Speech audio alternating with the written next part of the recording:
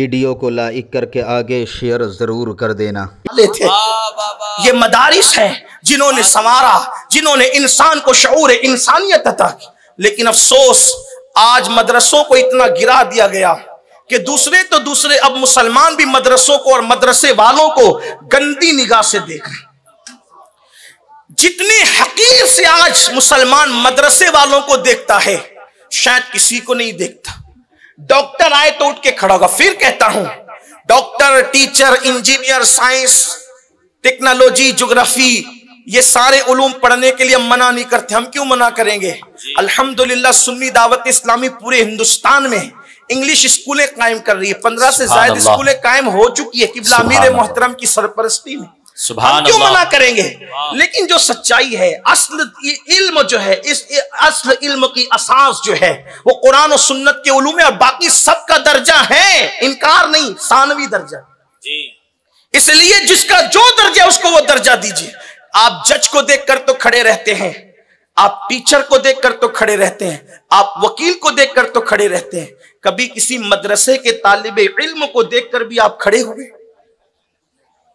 आपने उन्हें तो फकीर समझा, आपने उन्हें तो हकीर समझा, आपने उन्हें चहलुम पर दावत दी, वलीमे पे कभी दावत नहीं दी, क्योंकि आपने उनको चहलुम का सदका खाने वाला समझा, आपने उनको वलीमे का इज्जत का खाना खाने वाला नहीं समझा। जबकि ये वो लोग हैं, अल्लाह के रसूल अलैहिस्सलाम फरमाते हैं, दीन का तालिब इल्म किसी कब्रिस्तान से गुजर जाता है तो 40 दिन के लिए उस कब्र से, उन कब्रिस्तान से अजाब को उठा लिया।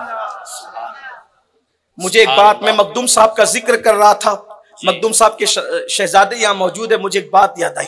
लताइफ अशरफी हमारे मखदूम साहब के मलफूजात में से एक बड़ी खूबसूरत किताब है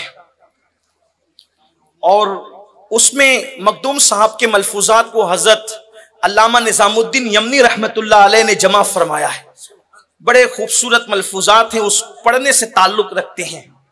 यहां मैं एक बात अर्ज करता हूं, फिर कहता हूं, इल्म से जितना शगफ होगा उतना अपने जहल का एहसास होगा जी, उतना अपनी कम इल्मी का एहसास जी। जितना आदमी पढ़ता है अकड़ता नहीं है, जितना आदमी पढ़ता है उतना झुकता है, क्योंकि उसको अपनी कम इल्मी का एहसास होता है जी। इल्म पढ़ने वाला इल्मी बरतरी का एहसास नहीं करता जिसको वाकई फैजान इल्म मिला हो।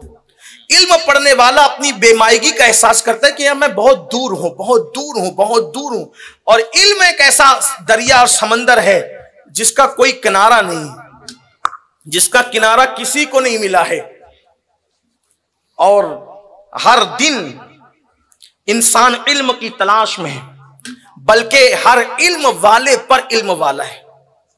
अल्लाह ताला सूरह यूसुफ में फरमाता है कि हर इल्म वाले पर हमने एक इल्म वाला रखा, कुल्ला फौका ज़ी इल्मिन अलीम, कि हर इल्म वाले पर एक इल्म वाला है। कोई नहीं कह सकता कि सबसे ज्यादा इल्म मेरे पास है। कभी कभी ऐसा भी होगा कि किसी 60 साल के बूढ़े को कुछ नहीं मालूम होगा और किसी 7 साल के बच्चे को उसके इल्म में जो ना हो 60 साल वाले को 7 साल वाले को पता होगा। ये इल्म की बरकत है। इसका अंदाज ऐसे हुआ, एक मर्तबा एक साहब आए कूफा में, बात मखदूम साहब की निकली उसको अर्ज करूंगा, लेकिन एक साहब कूफा में आए और आने के बाद चूंकि कूफा में मौला अली कह चुके थे, सलूनी सलूनी, मुझसे जो पूछना है पूछ लो, सलूनी मुझसे। और जो लोग पूछते थे बता भी दिया, क्योंकि अल्लाह के रसूल ने उन्हें बाबे मदीनतुल इल्म करार दिया। मेरे इमाम सैयदी आला हजरत अद-दौलतुल मक्किया के मुकद्दमे में लिखते हैं कि जिस वक्त हजरत अली मुर्तजा ने एक दिन अब्दुल्ला इब्ने अब्बास को कब्रिस्तान में बुलाया, तवज्जे करना, मौला अली के इल्म का हाल क्या था। इमाम मुकद्दमे में लिखते हैं दौलतुल मक्किया की, दौलतुल मक्किया जो 8 घंटे में हरम में लिखी गई थी, वो किताब अरबी जबान में 450 सफ़हात पर, उसके मुकद्दमे में लिखा, मुकद्दमा अलग से छप चुका है तशरीह के साथ, कि मौला अली ने एक मरतबा अब्दुल्ला इब्ने अब्बास से कहा, अब्बास के बेटे, हालांकि वो हुजूर के डायरेक्ट शागिर्द है इब्ने अब्बास, और अल्लाह के रसूल ने उनके लिए दुआ की, अल्लाहुम्मा युफ़क़्क़िहु फ़िद्दीन, अल्लाह इसको दीन की समझ अता फरमा। और कुरान की तफसीर जो आपने बयान फरमाई वो बहुत हैरत अंगेज है। ऐसे अक़वाल इब्ने अब्बास के अलावा कई जगह और कम मिलते हैं। तफसीर इब्ने अब्बास भी छप चुकी है, सऊदी से भी छपी है, दूसरों ने भी छापा। बड़े अजीम हिब्रुल उम्मा सैयदुल मुफस्सिरीन रईसुल मुफस्सिरीन के अलकाबात इनको दिए गए। ये इब्ने अब्बास हैं। एक दिन मौला अली ने बुलाया कब्रिस्तान आना, इशा की नमाज